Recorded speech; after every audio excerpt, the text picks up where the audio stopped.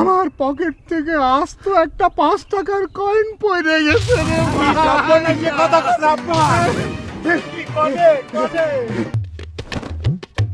আস্তে মা আস্তে, ধুলিয়ে ঝাড়বার যে কোটটার গায়ে এত ব্যথা দিস নে মা। তুমি চিন্তা করো না বাবা, ধুলেটা ঝাড়ার জন্য যত জোরে বাড়ি দেওয়া দরকার তার চাইতে একটু জোরেও দিচ্ছি না। ওরে কোটে এক একটু ধুলে থাকলে সমস্যা কি? পশমি জিনিস, যত বাড়ি দিব ততই ধুলে বাড়াবে। ধুলে না থাকলেও ধুলে দেখা যায়। বাদ দে তো মা, বাদ দে। ও কাকা, এরকম তো কাঁদতেছো কে? কাকা আমার জানি কি হয়েছে, আপনি কিছু জানেন?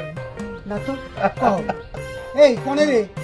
কাল বিকাল বেলা আমার ভালো আব্বা হাঁটতে ফিরলো, রাত্রির বেলা খায় দেয় ঘুমাইলো, ভোরবেলা ফজরের নামাজ শেষ করে রাস্তার ভিতর দাঁড়িয়ে কি যেন খুঁজতেছে আর খালি হাই হাই করতেছে। এই কিছু কয় না? কিছুই কয় না কাকা, শিগগির আপনি চলেন কাকা। চলে তো, চলে চলে তো। আসে বাবা কোটটা নিয়ে যাও।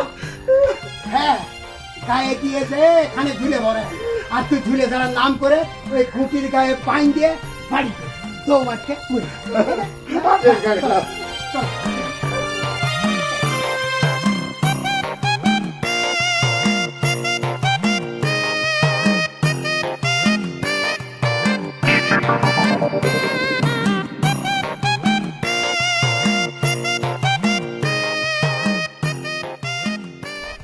মুরব্বি কি হারাইছে?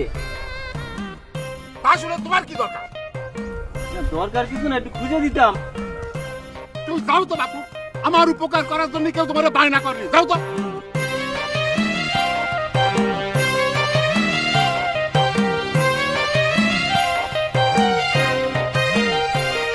আমার বুকা পাইছো তাই না?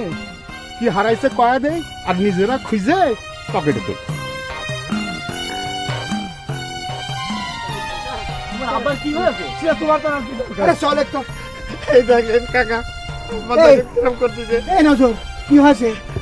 হ্যাঁ, জীবনে কোনোদিন যে কাম হয় না সেটাই হয়েছে হরাদন। এরম মাথায় বাড়ি দেওয়া কাম কিভাবে হইল রে ভাই?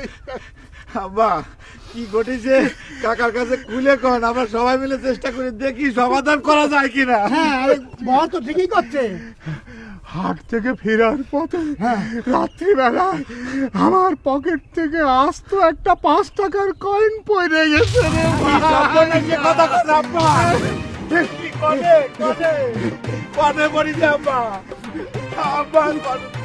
বাবা